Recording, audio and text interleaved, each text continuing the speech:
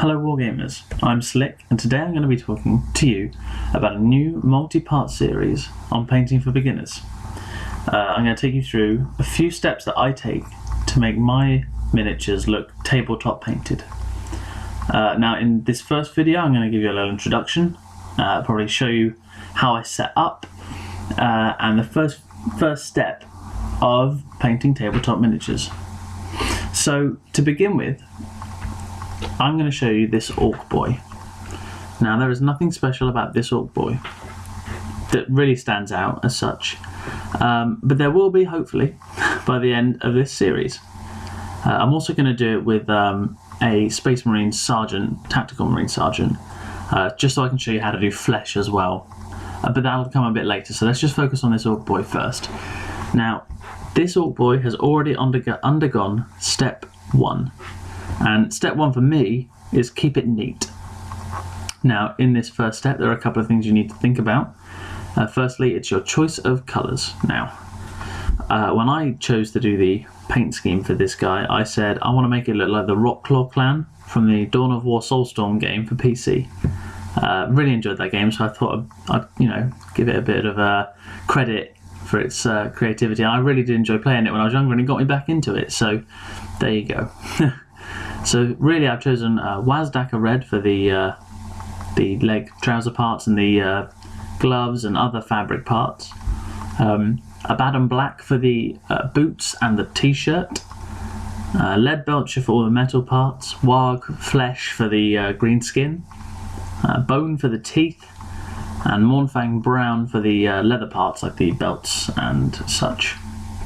Now that's pretty simple, just a handful of colours, keeps it really easy to remember and really repeatable, which is what you want for your models. Although you want each one to look different, you want them to look good in a big group, especially with orcs because you have so many of them in big groups. And after that first step, after you've chosen some simple colours and you go and you sit down to paint, step 2 becomes important, and that's keeping it neat. It's all too easy to just quickly try and get it done so you get all your models done so you can go down and play, but what you have to remember is patience is a virtue, and when it comes to painting miniatures, a little bit of patience. I'm not saying you spend hours and hours getting all the lines perfect. I'm just saying that if you sit down and say, this probably took me 20 minutes. Now some people would say that's too long for an Orc Boy because I haven't finished it yet, but for me 20 minutes, I don't mind forgoing that time so that it's neat and tidy and it looks good when it's done. At the end of the day, you're paying money for this model, you're paying money for the paints, probably paying money to cart your stuff down to play. You want to make the most out of it. So keep it neat, just like when you're a child and you've got to colour in between the lines. Same principle, keep it neat. My last piece of advice for this first step is to think about detailing. Now this is just an Orc Boy, he doesn't really need crazy detailing. You could give it that, but I think that takes away what he is. He's a troop. You stick him in a group of 20, maybe 30, and you say he's just like everyone around him, and that's that. I think if you have too much detail going on in models that aren't detail worthy, it just looks messy. At the end of the day, if you're a beginning painter and you're not at that pro paint standard and you're just looking for tabletop models, then the best thing to do is to keep it nice and simple. Say, you don't need to paint the nose ring on this orc, and you don't need to do all the little belt buckles and stuff, because once you've done the next few steps, you'll look at that model and you'll go, actually that looks really neat as it is. I'm glad I didn't clutter it up with all that extra stuff. But if that's the way you want to do it, that's fine. That's the beauty of painting models. Everyone has their own style. You don't have to conform to one general style. It's how you choose to do it. And this video isn't saying this is the best way to do it. This series of videos is just saying this is my way of doing it, and giving you a chance to emulate that if you so wish to. So yeah, 3 things you've got to remember: simple colours, keep it neat, and don't overdo it on the detailing. So now I'm going to show you a few more pictures of this guy just so you can see a little closer up, as I am aware this camera isn't fantastic. Okay.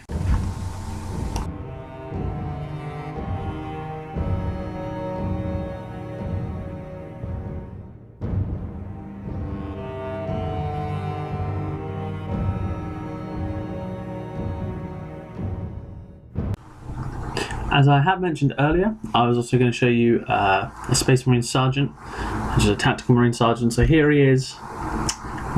Before I do the next few steps, so this is just the basic keep it neat rule. You'll notice it is the Kikarian Crimson paint scheme again. You'll probably see a lot of that as it is my sort of go-to army for painting, but I do take my time. Again, this probably took me an hour, maybe a bit more, because I batch painted all of the backpacks and weaponry before I glue it together. Just makes it easier to get to all the little bits that you can't quite get when it's glued on. I also did all the purity seals before I stuck them on, which is why I've put quite a few on, because I think it looks better that way, you know. Getting the chaplain's blessings can't do it any harm. So I'm just going to put up a few more pictures of this fella in detail before we go into the future steps, so you can really get a feel for how much step 1, how much the changes from step 1 all the way to the end of step 4. Alright?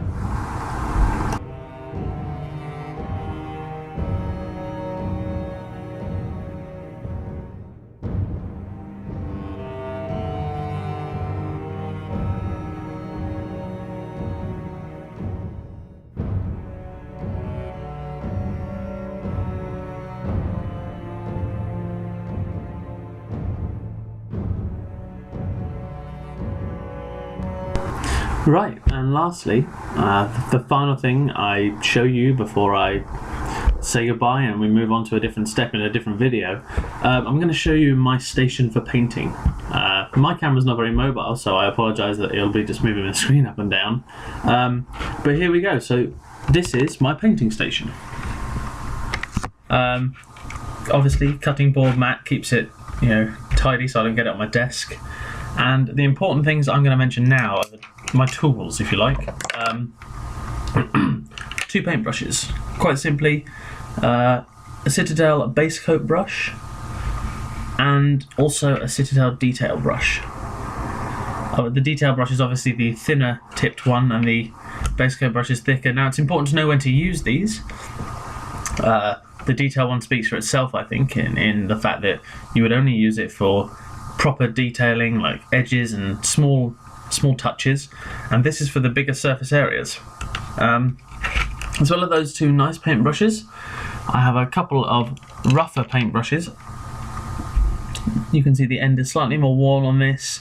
It's got a little less care and love, and it was a lot cheaper. Reason being, my highlighting technique requires a brush that I can just throw the paint on and dry brush it, if you like. So it also needs a small end like this paintbrush, but it doesn't have to be too neat. And then for paints, I use standard Citadel paints, nothing fantastically unique about them other than the fact that they're good quality paints as it is. And I make my own washes, although I still use the Citadel pots.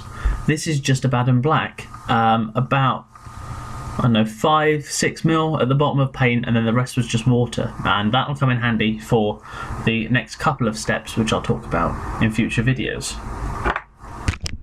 So now that you have a feel for the equipment I use and keeping it neat, I'm going to sign off. So this is Slick from Tabletop Banter, and please like and subscribe to the channel, and comment below if you think there's anything I can do to improve, whether that be the videos or my painting, or if you've got any questions or queries.